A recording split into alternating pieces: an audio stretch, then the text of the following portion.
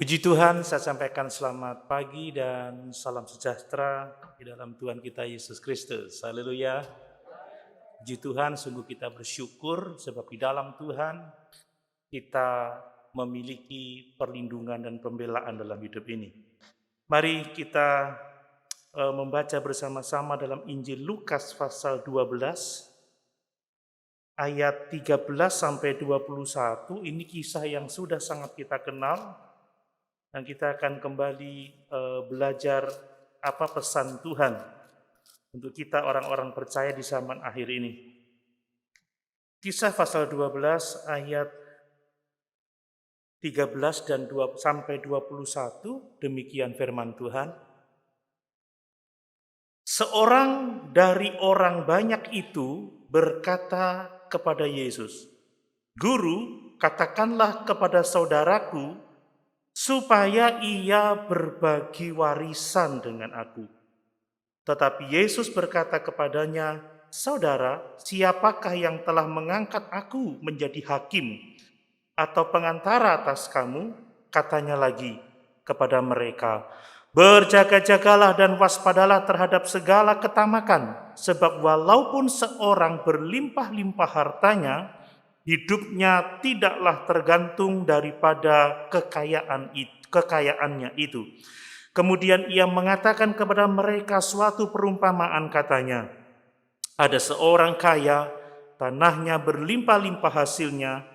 Ia bertanya dalam hatinya, 'Apakah yang harus aku perbuat? Sebab aku tidak mempunyai tempat di mana aku dapat menyimpan hasil tanahku.' Lalu katanya, 'Inilah yang akan aku perbuat. Aku akan merombak lumbung-lumbungku dan aku akan mendirikan yang lebih besar, dan aku akan menyimpan di dalamnya segala gandum dan barang-barangku.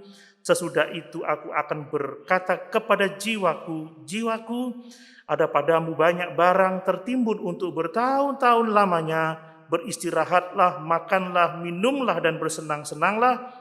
Tetapi firman Allah kepadanya, 'Hai engkau orang bodoh, pada malam ini juga jiwamu akan diambil daripadamu, dan apa yang telah kau sediakan untuk siapakah itu nanti? Demikianlah jadinya dengan orang yang mengumpulkan harta bagi dirinya sendiri, jikalau ia tidak kaya di hadapan Allah.'" Puji Tuhan. Bapak Ibu Saudara yang dikasihi oleh Tuhan, ayat-ayat ini memuat pengajaran Tuhan Yesus Kristus tentang bahaya ketamakan atau keserakahan, dan tentang bagaimana kita dapat menjadi kaya di hadapan Tuhan. Jadi bahaya ketamakan dan bagaimana kita bisa menjadi kaya di hadapan Tuhan. Berbicara tentang ketamakan, kita harus benar-benar waspada karena ketamakan itu merusak kehidupan kita. Ketamakan merusak kehidupan manusia.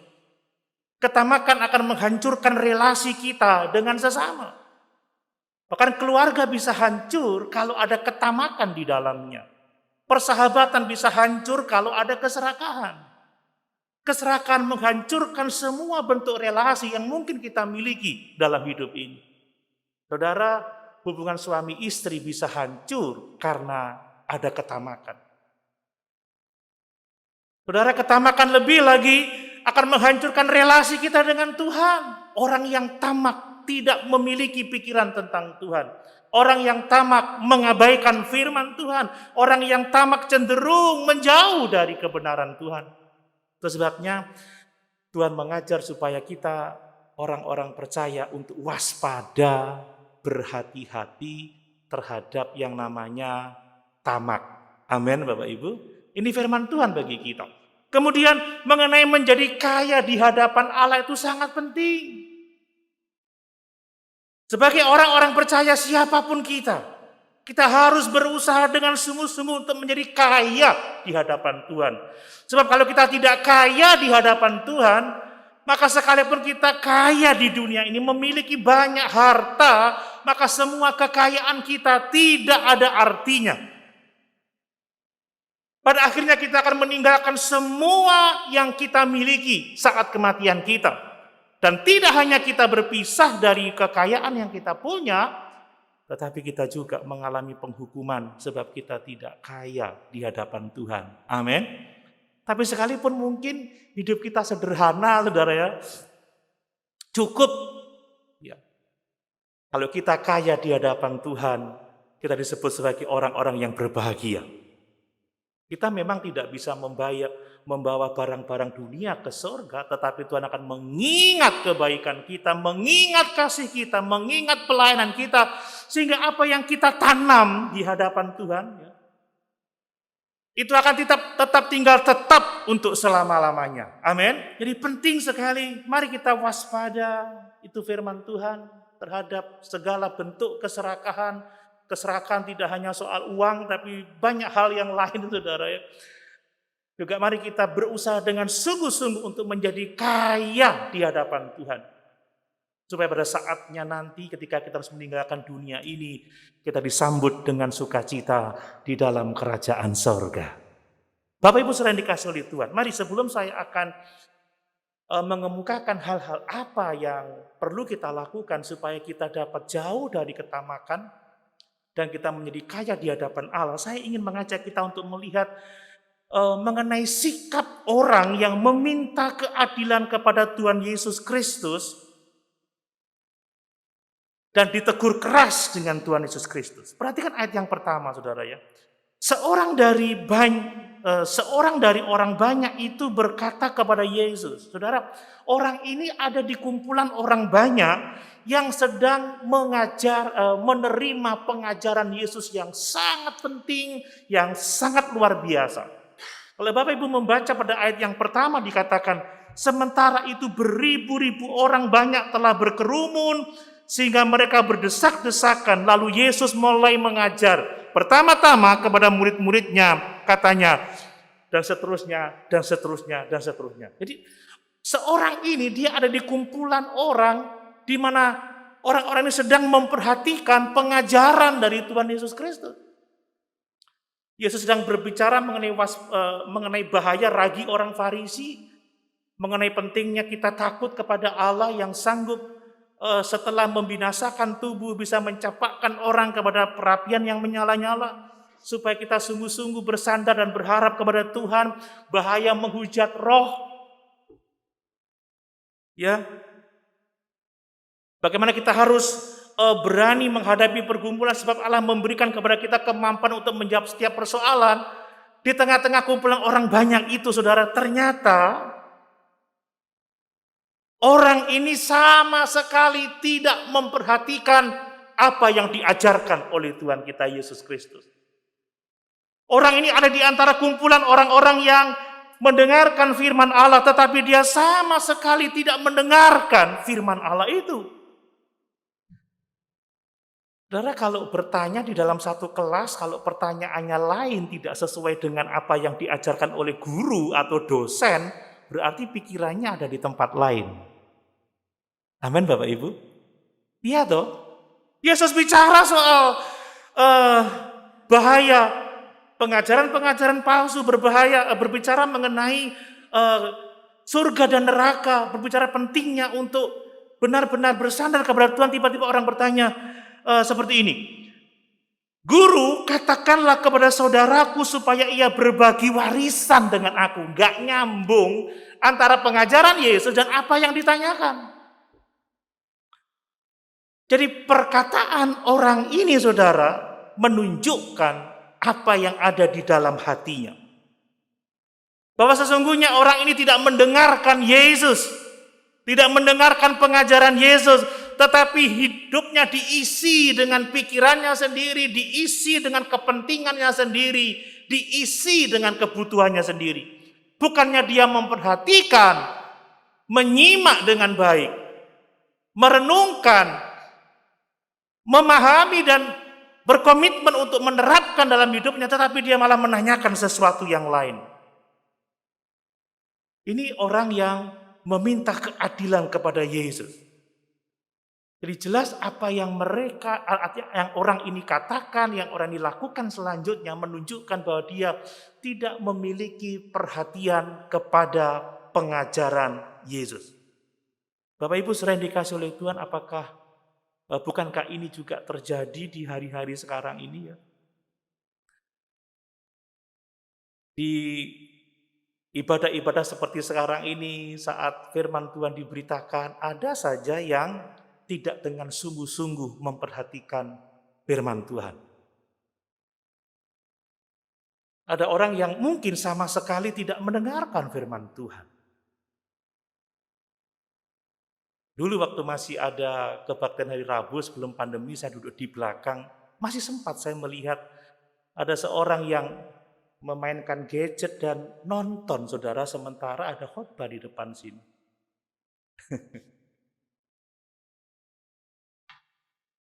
Itu terjadi hari-hari ini. Nggak nyambung ya, pada akhirnya setelah dia keluar dari gedung gereja, perkataannya nggak nyambung dengan firman Tuhan. Perilakunya tetap saja, nggak ada perubahan, nggak ada kelihatan sukacita, nggak ada kelihatan damai sejahtera, sekalipun khotbahnya tentang damai sejahtera. Pulang sudah kembali kepada pergumulannya dan hidup seperti kemauannya sendiri. Itu bahaya. Amin, Bapak Ibu.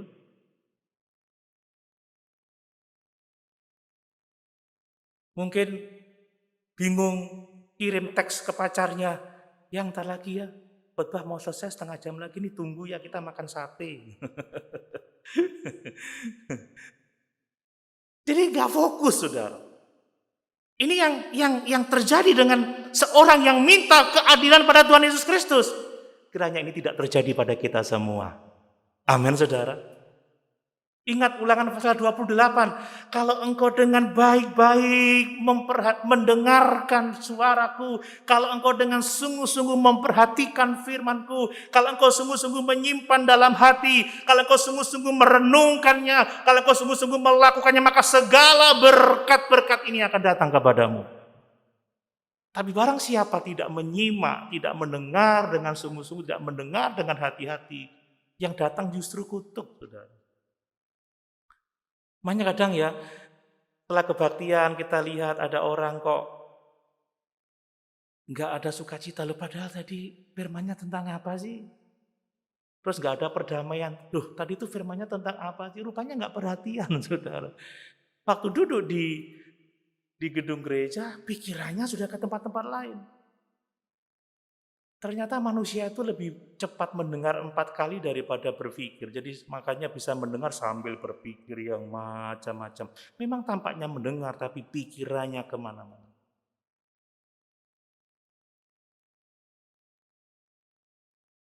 Kalau kita sungguh-sungguh mau diberkati oleh Tuhan, mari kita sungguh-sungguh memperhatikan firman Tuhan. Amin.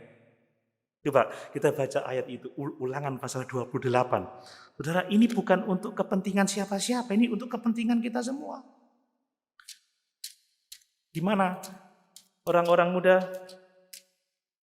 Semua kita.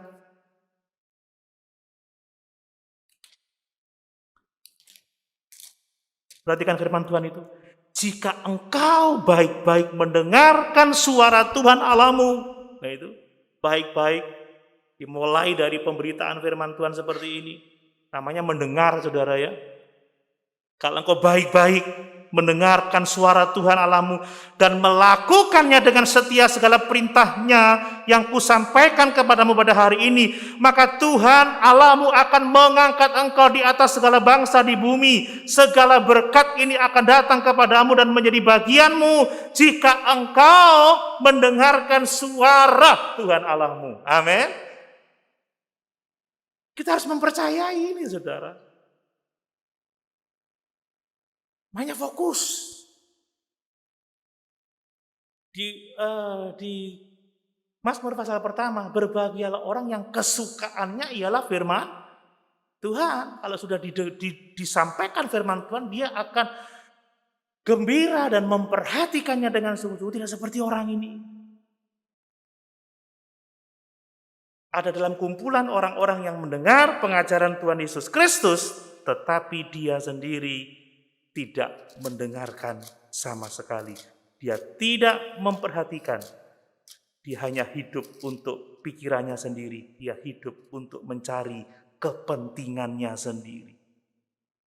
Jadi mari saudara kita sungguh-sungguh memperhatikan firman Tuhan. Ya, saya senang kalau ada grup baca Alkitab gitu, tapi kalau membacanya asal selesai, ya nggak dilihat ini apa pesan Tuhan untuk saya. Ya, semuanya akan sia-sia, nggak akan membawa perubahan hidup. Sudah khatam mungkin 15 kali, 20 kali, tetap aja hidupnya nggak berubah. Karena nggak memperhatikan, nggak belajar memahami, nggak melakukan dalam hidupnya, ya nggak ada perubahan.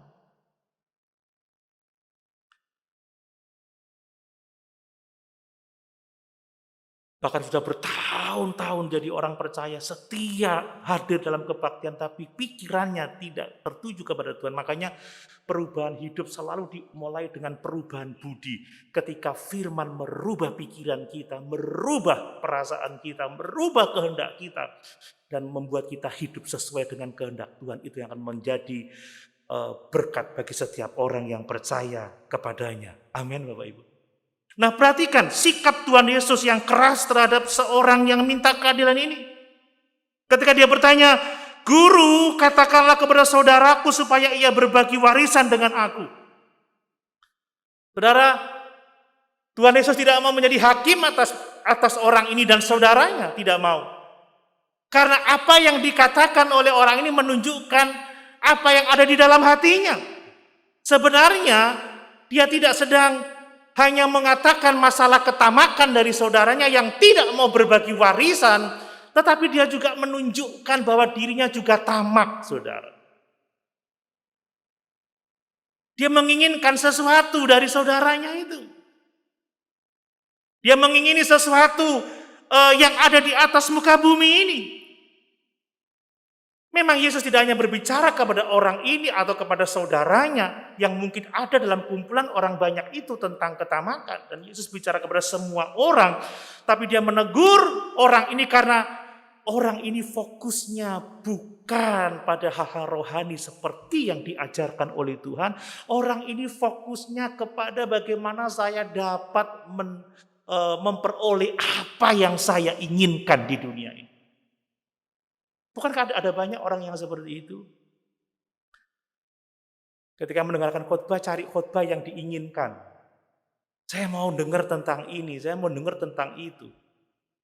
Saya mau gereja memberi ini, memberi itu, tapi tidak mau mendengar apa yang dimau oleh Tuhan, saudara. Itu menunjukkan isi hati kita sebenarnya. Dan kita harus waspada, saudara, terhadap hal seperti itu. Tidak ada orang yang dengan sengaja mau rakus, itu enggak ada. Tapi itu akan menggerogoti diri kita, bahkan mengikat kita dengan pelan-pelan, saudara ya. Dan terhadap ketamakan orang ini, Yesus tidak mau menjadi hakim atas mereka.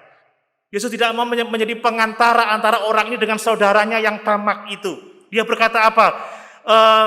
Tetapi Yesus berkata kepadanya, "Saudara, siapakah yang telah mengangkat aku menjadi hakim atau pengantara atas kamu?"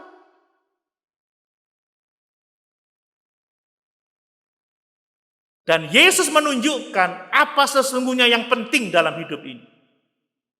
Ternyata Yesus itu nggak mau ngurusi hal-hal seperti itu ya, hal-hal yang tidak penting ya, nggak mau. Siapa yang angkat aku jadi hakim di antara kamu?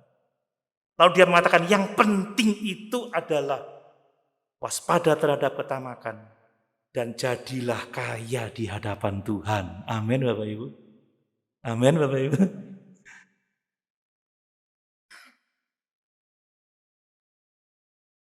Jadi Yesus tidak mau menyelesaikan urusan orang. Tapi dia mengatakan, hati-hati. Yang penting bagi kamu adalah selesaikan masalah ketamakanmu. Dan yang penting bagi kamu adalah jadilah kaya di hadapan Tuhan. Dengan kata lain, hal yang benar-benar penting dalam hidup ini bukan mengumpulkan harta di bumi, tetapi bagaimana kita mempersiapkan hidup kita di kekekalan nanti. Amin Bapak Ibu. Yesus mengajar, yang penting itu miliki perspektif kekekalan. Yang penting itu adalah kerajaan surga. Bagaimana hidupmu setelah kematian?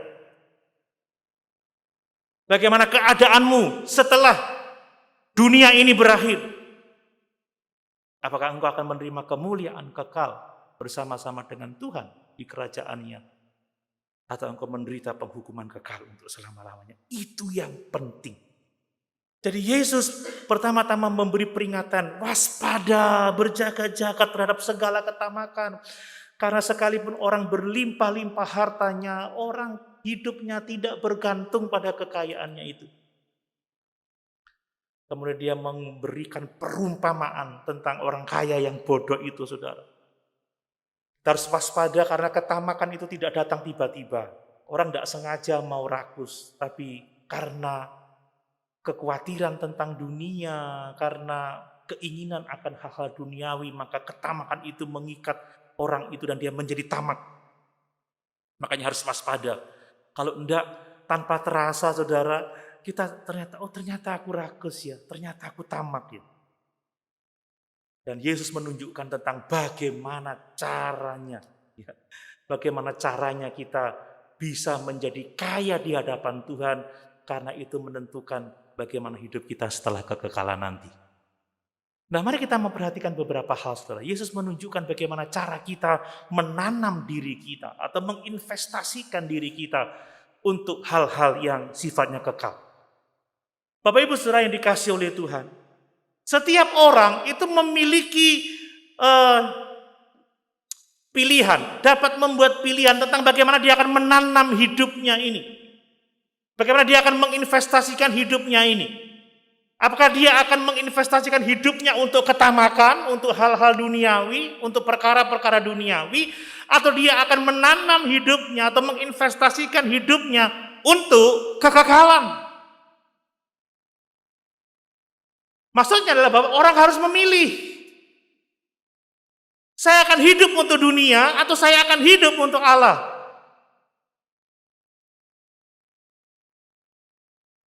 Mungkin kok cek kasarnya ya, kok cek tegasnya ya, kan nggak bisa abu-abu gitu. Saya bisa jadi pendeta sekalipun sekalian saya mencari kekayaan. Jadi ada banyak pendeta masih berbisnis, ngurusi perusahaan ini dan itu, kan begitu.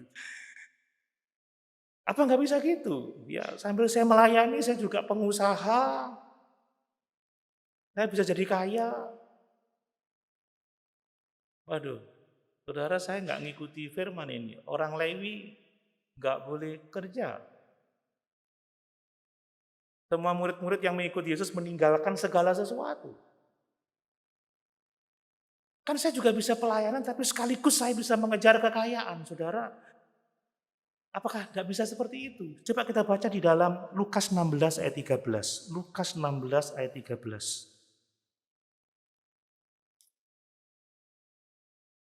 Lukas 16 ayat 13. Seorang hamba tidak dapat mengabdi kepada dua tuan. Karena jika demikian ia akan membenci yang seorang dan mengasihi yang lain. Atau ia akan setia kepada yang seorang dan tidak mengindahkan yang lain. Kamu tidak dapat mengabdi kepada Allah dan kepada Mammon. Loh, masalahnya apakah gak bisa ya? Saya jadi pendeta sekaligus jadi pengusaha gitu loh.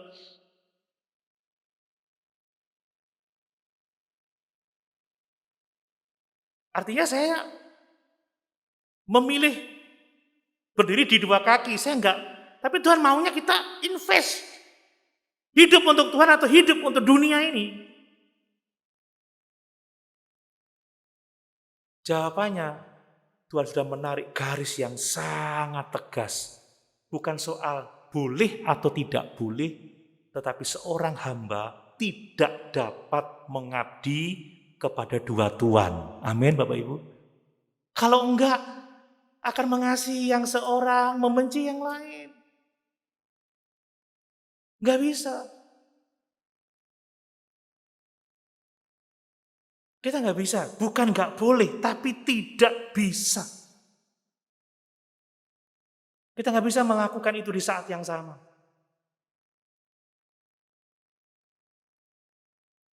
Kita harus memilih apakah kita akan memberikan hidup untuk Tuhan atau memberikan hidup untuk dunia ini. Mungkin Bapak Ibu pikirannya sudah kemana-mana. Waduh, bagaimana kalau gitu saya hidup ya? Gimana dengan tokoku? Gimana dengan pekerjaanku? Gimana dengan bisnisku yang lain-lain, saudara? Kita akan melihat apa sebenarnya yang dimaksudkan oleh Tuhan, saudara.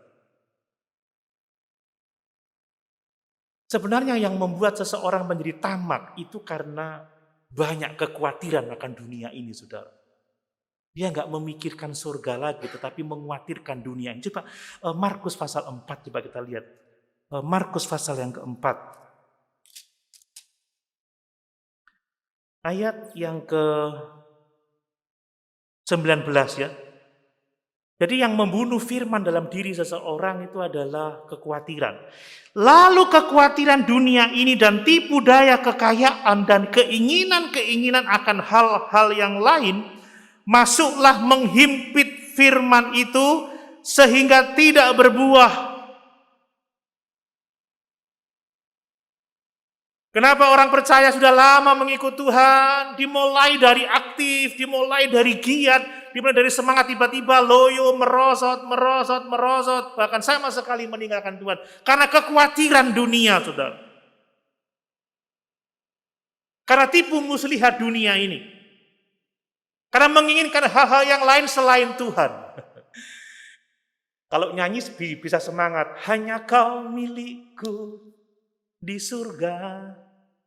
Tiada yang kuingini di bumi, hanya kau. Tapi kekhawatiran itu sedikit-sedikit seperti menanam sebuah pohon yang baik di antara semak duri. Tiba-tiba semak itu tumbuh pelan-pelan, lama-lama menghimpit firman itu dan akhirnya firman itu mati.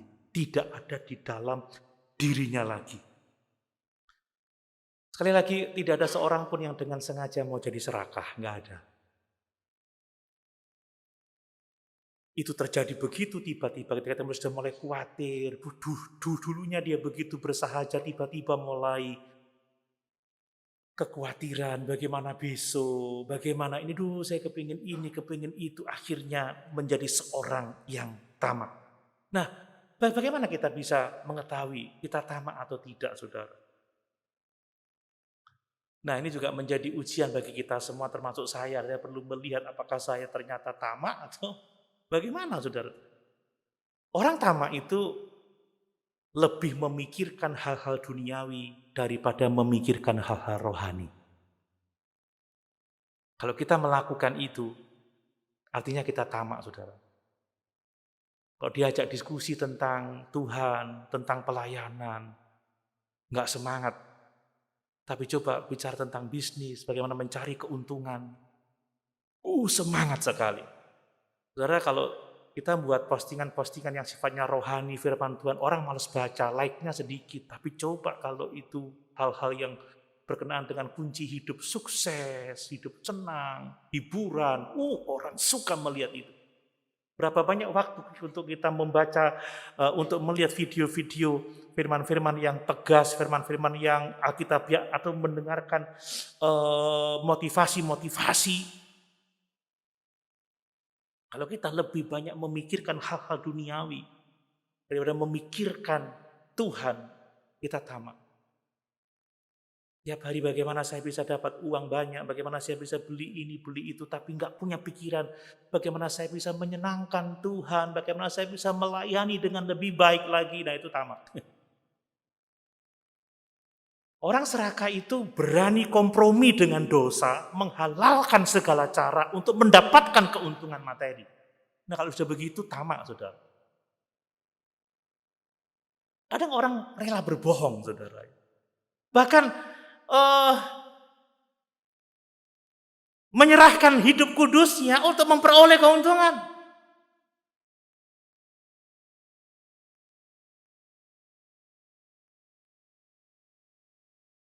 Makanya kata Paulus apa? Aku tidak berkhotbah, tidak mengajar untuk menyenangkan manusia, tetapi aku mengajar untuk menyenangkan Tuhan.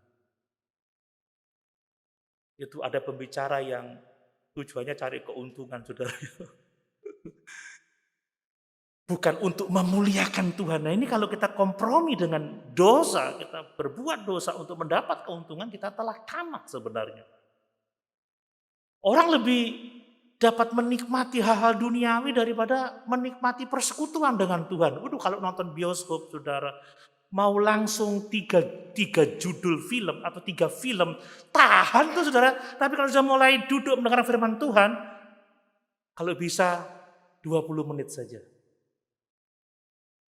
Kalau bisa lebih pendek lagi. Pak Pendeta, jangan lama-lama ya. Kita mau segera menikmati hidangan yang sudah disediakan. Pak Pendeta, jangan lama-lama ya. Ini kita segera mau rekreasi. Jadi menikmati persekutuan rohani dipercepat supaya bisa segera rekreasi. Atau menikmati hidangan yang disediakan. Jangan-jangan kita tamak, saudara. Kalau mendengarkan program-program yang sifatnya hiburan, senang. Tapi melihat program penjangkauan jiwa-jiwa, makanya kenapa kalau seminar misi itu sedikit sekali yang datang. Bahkan sulit menggerakkan orang untuk mengikuti seminar misi, bahkan untuk bermisi. Karena mungkin kita tamak, saudara ya. Mungkin kita tamak. Dan saya pikir memang tamak, saudara. Kita bisa berbahagia hanya karena hal-hal materi, tapi tidak dengan hal-hal rohani. Tidak seperti pemazmur, hatiku bersuka cita ketika orang mengajak aku untuk pergi ke bait suci, untuk beribadah kepada Tuhan.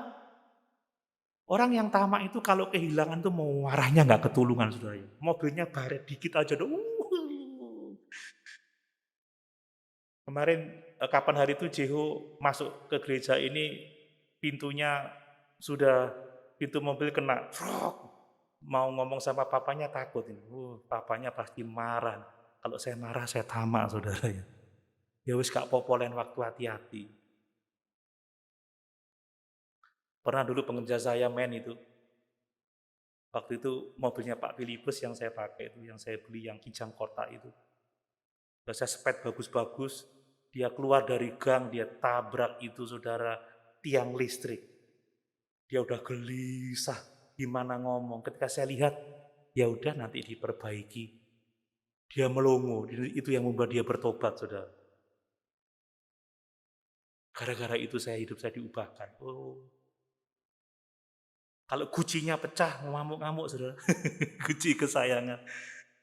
Saya punya satu piring dari Papua itu, dipecahkan istri saya ya, memang sedikit. Kok bisa pecah ya? Tapi kalau saya ngamuk-ngamuk, wah, tamak saya. Amin, Bapak Ibu. Terus bagaimana saat kita memiliki berkat, apa yang kita pikirkan? Waduh, aku akan beli ini, aku akan beli itu, aku akan ke sana, aku akan ke sini. Nah, itu kita tamak. Ada orang-orang yang luar biasa. Pak Pendeta, kalau saya diberkati, ini ada, saya mau berikan sekian untuk pekerjaan Tuhan, saya mau mendukung hamba-hamba Tuhan. Nah, itu baru tidak tamak. Tidak mengumpulkan untuk dirinya sendiri. Mungkin orang bertanya, kenapa sih ada masalah apa dengan keserakahan? Dengan ketamakan? Saudara, orang yang tamak itu tidak menghargai ketuhanan Kristus akan segala sesuatu. Bukankah dia pencipta segala sesuatu, tetapi dia tidak menghargai ketuhanannya.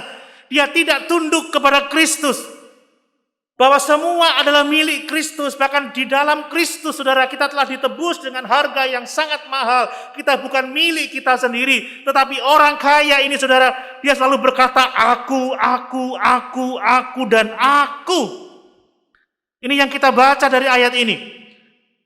Inilah yang akan aku perbuat. Aku akan merombak. Ya, aku akan menyimpan. Aku akan berkata-kata kepada jiwaku. Waduh. Tidak ada Tuhan dilibatkan di dalamnya. Berkali-kali dia mengatakan aku, dan aku. Saudara, Tuhan berhak atas segala sesuatu. Tuhan berhak atas hidup kita. Dan Tuhan berhak atas apa yang kita miliki dalam dunia ini. Amin, Bapak Ibu. Tuhan berhak atas semuanya. Orang tamak itu tidak mengakui ketuhanan Kristus.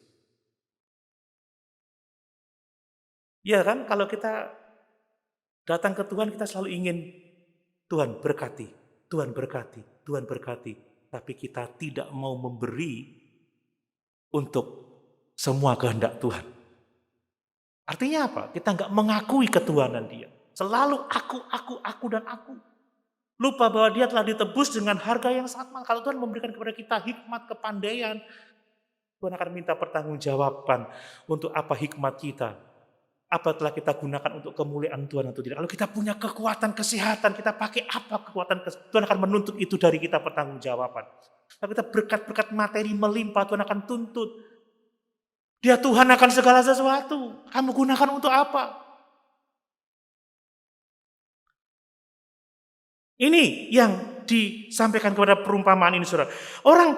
Orang yang kaya ini, saudara, dia sangat sombong. Selalu aku, dan aku. Kalau dia ditanya misalkan bagaimana Bapak bisa dengan sukses? Oh, aku kerja keras, aku banting tulang, aku bangun pagi-pagi, duduk-duduk sampai jauh malam, aku tidak santai. Tapi nggak ada perkataan tentang Tuhan. Tapi kalau orang yang tidak tamak, bagaimana Anda bisa berhasil? Semua karena berkat Tuhan. Semua karena pertolongan Tuhan. Dia tidak bertanya, Tuhan apa yang akan saya lakukan dengan berkat-berkat ini? Tadi dia berkata, aku akan menyimpannya. Aku akan mengatakan kepada jiwaku, diam dan tenanglah, nikmati hidupmu. Dia nggak berkata, Tuhan apa yang harus saya lakukan dengan ini? Katanya kalau nyanyi, ku mau hidup seturut kehendak Tuhan. Tapi ini tidak tanya kehendak Tuhan. Saudara, orang percaya kalau terima sesuatu Tuhan. Untuk apa ini? Saya udah cukup, ada rumah, ada kendaraan, saya cukup makan, cukup minum. Untuk apa Tuhan? Untuk apa Tuhan? Tanya sama Tuhan. Dan firman mengajar kita untuk kita melakukan kebaikan. Amin Bapak Ibu. Jadi keserakahan itu membuat orang tidak menghargai Tuhan sama sekali. Dia merasa memiliki hidupnya sendiri, dia merasa memiliki segala sesuatu, padahal semua ini milik Tuhan. Semua adalah kepunyaan Tuhan. Saudara, orang yang serakah itu tidak mementingkan relasi, saudara. Dia lebih mementingkan keuntungan. Dia dengan tega menipu teman segereja, yang penting aku dapat untung. Bahkan mungkin saudaranya sendiri ditipu untuk mendapatkan untung. Dia orang serakah. Nggak mikir nanti hubungannya dengan keluarganya akan hancur. Tidak mungkin, saudara. Bukankah banyak keluarga yang pecah karena keserakahan? Nggak mau nyapa karena urusan warisan. Sahabat bisa kehilangan persahabatan karena mengejar keuntungan, mengabaikan sahabatnya. Banyak keluarga menjadi tidak bisa berakur, saudara. Lihat, kenapa orang ini mengadu? Guru, katakan kepada saudaraku supaya dia berbagi warisan dan aku. Kenapa dia tidak berkata sendiri? Pecah, saudara. Ada perpecahan. Bukankah di gereja terjadi perpecahan karena orang serakah? Akhirnya yang satu nggak ke gereja. Kenapa? Itu ngambil keuntungan, kurang ajar. Seperti itu mungkin. Itu. Akhirnya nggak mau lagi kebaktian bersama-sama. Banyak relasi rusak karena keserakahan. Saudara, prioritas hidup kita adalah kasihlah Tuhan Allahmu dengan segenap hatimu, dengan segenap jiwamu, dengan segenap kekuatanmu, dengan segenap akal budimu. Amin. Dan yang kedua adalah kasihilah sesamamu manusia seperti dirimu sendiri. Kalau kita menjadi tamak, mementingkan diri sendiri, maka kita sesungguhnya tidak mengasihi Tuhan dan tidak mengasihi sesama. Saudara, orang yang tamak itu lupa bahwa hidupnya itu singkat, saudara. Lupa bahwa ada kekekalan. Tidak pernah puas. Dia timbun untuk dirinya sendiri, dia memperluas gudang-gudangnya, saudara. Dia berharap akan menikmatinya itu selama tahun-tahun hidupnya. Tapi dia lupa bahwa dia akan mati.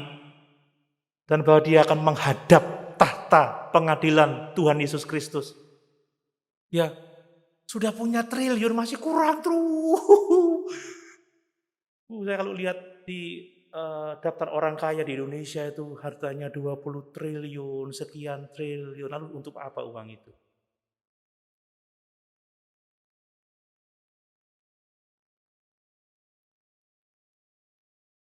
Untuk apa semuanya itu?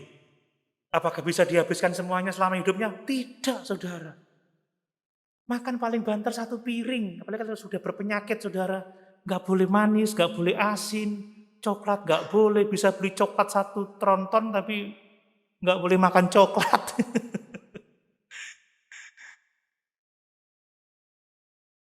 Lalu apa artinya kalau kita tidak menjadi kaya di hadapan Allah? Orang ini tidak punya jaminan apakah lumbungnya nggak akan terbakar, apa lumbungnya nggak akan dirampok. Tidak punya jaminan, yang jelas dia pasti akan mati. Tapi ketamakan membutakan seseorang akan singkatnya hidup ini. Dan bahwa dia harus menghadap tahta Kristus untuk mempertanggungjawabkan apa yang dikaruniakan Tuhan kepadanya. Orang kaya yang bodoh ini, saudara, memikirkan hidupnya dengan cermat, memikirkan dengan hati-hati, akan merombak lumbungnya, akan mengalami masa pensiun, akan menikmati, akan bersenang-senang. Tetapi dia tidak memikirkan kekekalan sama sekali. Amin, Bapak Ibu. Tidak ada berpikir, aku akan melayani, aku akan berbagi, dan aku akan menikmati kekekalan bersama-sama dengan Tuhan. Memang saudara, perbuatan baik kita tidak akan menyelamatkan kita. Tetapi Tuhan mengajar orang yang sudah diselamatkan harus melakukan kebaikan. Menjadi kaya di hadapan Allah. Jadi saat kematian, orang yang begitu ketat merencanakan hidupnya, punya planning yang sangat luar biasa, tetapi melupakan Tuhan pada saat dia mati. Untuk siapakah hartamu itu nanti? Tidak hanya dia harus meninggalkan harta kekayaannya, tetapi dia juga harus menerima penghukuman kekal untuk selama-lamanya. Saudara, saat ada orang mati, saudara, apa yang dibawanya? Enggak ada. Tapi kita bisa tahu apa yang ditinggalkannya. Saya pernah membaca ada seorang yang mati dikubur dengan satu bus, dengan bus yang dikubur. Tapi tidak dibawa, itu ditinggalkannya. Tidak ada artinya sama sekali. Jadi setiap kita punya pilihan, saudara. Apakah kita akan menanam hidup kita di kekekalan, atau kita menanam hidup kita di dunia ini. Pilihan ada pada kita. Dan Tuhan mengatakan, waspada terhadap ketamakan dan jadilah kaya di hadapan Allah. Itu yang harus menjadi pilihan kita. Amin. Nah, yang berikutnya, saudara, perspektif dunia dengan perspektif kekristenan tentang kekayaan itu tidak sama, saudara ya. Dunia mengajarkan bahwa hidup sukses itu soal benda-benda, itu soal materi, soal barang, soal segala sesuatu di dunia ini. Tetapi tidak dengan Tuhan. Tuhan mengajarkan bahwa kehidupan yang baik itu adalah soal relasi, hubungan dengan Dia, keintiman dengan Dia. Dunia selalu mengajar orang sukses kalau banyak materi. Tapi Tuhan mengatakan orang yang diberkati adalah orang yang memiliki persekutuan dengan Tuhan. Sebab hidup kekal adalah soal mengenal Tuhan dan memiliki hubungan dengan Dia. Amin. Dunia akan memandang orang sukses dari materinya, bukan dari relasinya dengan Tuhan, bukan dari kesalehan hidupnya. Bukankah kita ngomong, ayo kamu kerja yang baik supaya kamu bisa mengumpulkan uang banyak, tapi lupa, kamu harus cinta Tuhan, miliki relasi dengan Tuhan. Ya, kalau mau les musik, les keterampilan kerja, orang tua membiayai dengan tidak pikir-pikir, saudara ya. Tapi coba kalau untuk belajar Alkitab, youth camp, minta sponsor. Ya toh, untuk beli Alkitab rasanya Bible sayang, untuk beli buku-buku sayang. Tapi untuk les keterampilan dunia, siapa yang saya apa saja, kalau saya Pak butuh ini, butuh saya kasih. Untuk apa? Supaya bisa kerja, supaya bisa cari uang. Tapi jangan sampai lupa, bukan tidak boleh cari uang. Tapi persoalannya kita mengutamakan Tuhan atau mengutamakan cari uang. Amin, Bapak Ibu. Bukan soal tidak boleh cari uang.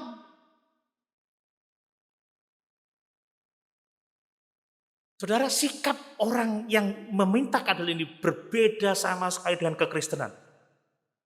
Dia tidak mau menyangkal dirinya, tetapi dia mau memuaskan segala keinginannya.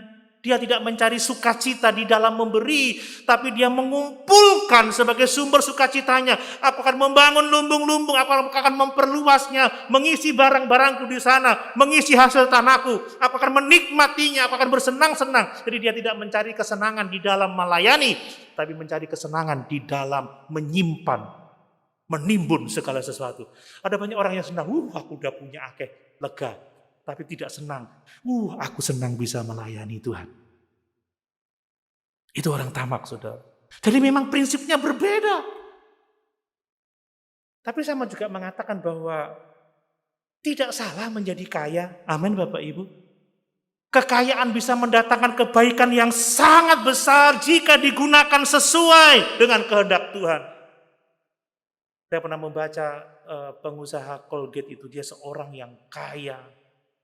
Dia tidak memberikan 1/10 dari hartanya untuk pekerjaan Tuhan, tapi dia memberikan 90% dan dia hanya hidup dengan 10%. Itu pun dia hidup berkelimpahan. Ada seorang yang kaya, saking kayanya, dia hanya mengambil 1% dari seluruh kekayaan dan semuanya dibagikan untuk yayasan-yayasan, digunakan untuk pekerjaan Tuhan, digunakan untuk misi. Dia hanya menggunakan 1% saja untuk hidup.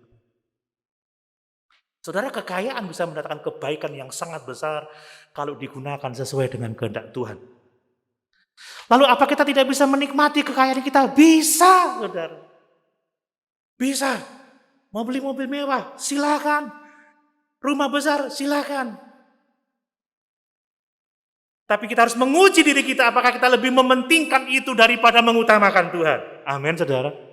Ada banyak orang kaya di Alkitab. Saudara, ternaknya ribuan. Kita mengenal Ayub, saudara, orang yang sangat kaya, nggak salah jadi kaya. Abraham seorang yang sangat kaya, Ishak sangat kaya, Yakub sangat kaya, Yusuf sangat kaya. Tetapi dia tidak menggunakan untuk kepentingannya sendiri, tetapi dia gunakan untuk melakukan kehendak Tuhan. Nah, ketika bangsa Israel kelaparan, dengan murah hati memberikan gandum, memberikan kepada saudaranya, memberikan tanah Goshen untuk mereka tinggal. Dia tidak hidup untuk dirinya sendiri, tidak menjadi kaya untuk dirinya sendiri. Dan itu yang terjadi luar biasa. Mari kita baca 1 Timotius 6 ayat 17-19, tidak salah dengan menjadi kaya, tetapi gunakan kekayaan kita sesuai dengan kehendak Tuhan, itu akan mendatangkan kebaikan yang sangat luar biasa. 1 Timotius pasal yang ke-6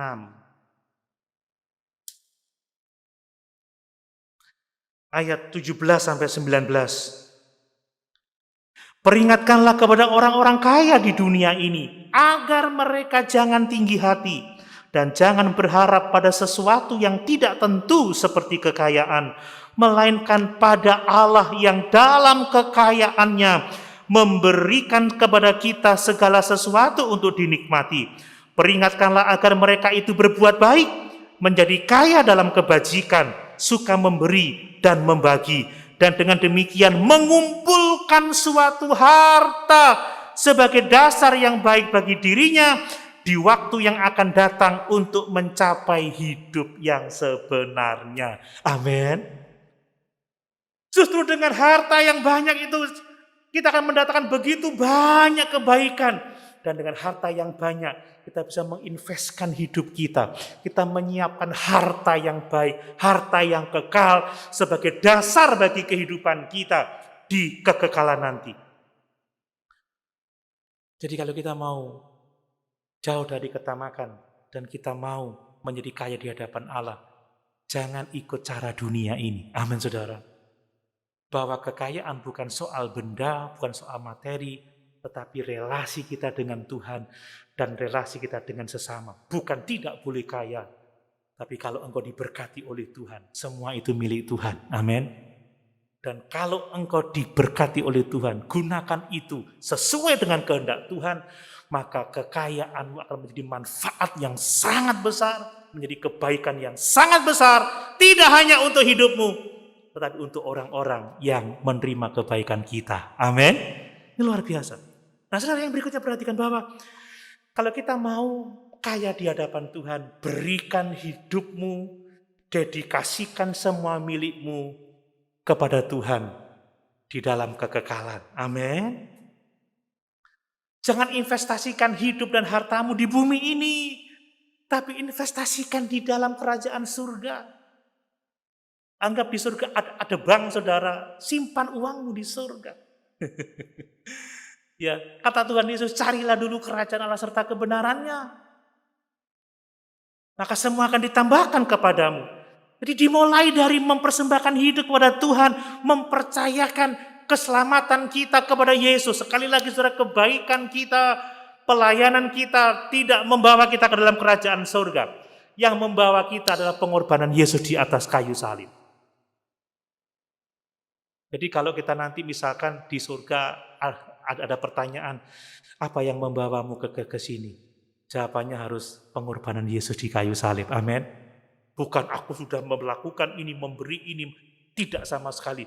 Tetapi Tuhan mengajarkan bukti orang mengasihi Tuhan. Bukti orang mengasihi sesama adalah melakukan pekerjaan baik. Itu yang Tuhan ajarkan kepada kita. Paulus mengatakan tadi, kita sudah baca dalam 1 Timotius pasal yang ke-6, kita menjadi kaya di hadapan Allah ketika kita menginvestasikan hidup kita, harta kita. Kita tidak bergantung pada kekayaan kita, tetapi bergantung kepada Tuhan yang dalam kekayaannya memberikan kepada kita segala sesuatu untuk kita nikmati. Dengan berbuat baik, suka membagi, suka melayani, kita bisa menjadi kaya di hadapan Tuhan. Amin. Jadi jangan seperti orang kaya yang bodoh ini, dia mengumpulkan untuk dirinya sendiri. Tapi Tuhan mengatakan, yang penting itu hubunganmu dengan aku dan dengan sesamamu. Kalau engkau sungguh-sungguh mengasihi aku, mengasihi sesamamu, lakukan kebaikan, maka hartamu akan menjadi manfaat, menjadi berkat yang sangat luar biasa. Ya, pada saatnya nanti engkau akan diterima, disambut dengan sukacita dalam kerajaan surga. Bapak Ibu, kita kalau punya uang banyak, kita butuh penasihat. Ini uang ini yang paling aman di mana? Saya ini setiap hari di WA mau tak blokir itu, kasihan. Pak Pendeta invest di sini loh, di emas. Dipikir uang saya itu ratusan juta, saudara. Pak Pendeta, kalau Bapak Pendeta beli sekian lot 200 juta, nanti Pak Pendeta gini. Nah, untuk saya tidak cocok, tapi untuk yang punya uang itu cocok. Tapi mari kita juga minta nasihat dari Tuhan. Untuk apa kekayaan kita? Amin, saudara. Supaya kita nggak menanam itu di bumi yang satu waktu akan berlalu. Tapi kita menanam di surga. Untuk kita menikmati kemuliaan kekal. Tidak berarti saudara harus menjual semua harta, menjadi miskin, ya, pakai mobil yang paling jelek. Tidak, saudara, saya mau ganti mobil kalau punya uang. Tapi yang penting, saudara, kita harus tahu bahwa kita lebih mengutamakan Tuhan daripada mengutamakan dunia ini. Amin. Kita lebih mementingkan kerajaan Allah daripada kehidupan kita di dunia ini. Mari kita mengelola berkat-berkat yang Tuhan anugerahkan kepada kita sesuai dengan kehendaknya. Jangan sampai berkat-berkat itu justru menjadi penghalang antara kita dengan Tuhan dan penghalang antara kita dengan sesama. Kita harus hidup menikmati berkat Tuhan, tetapi juga mempersembahkan apa yang dapat kita berikan untuk hormat dan kemuliaan bagi nama Tuhan. Amin. Mari sama-sama kita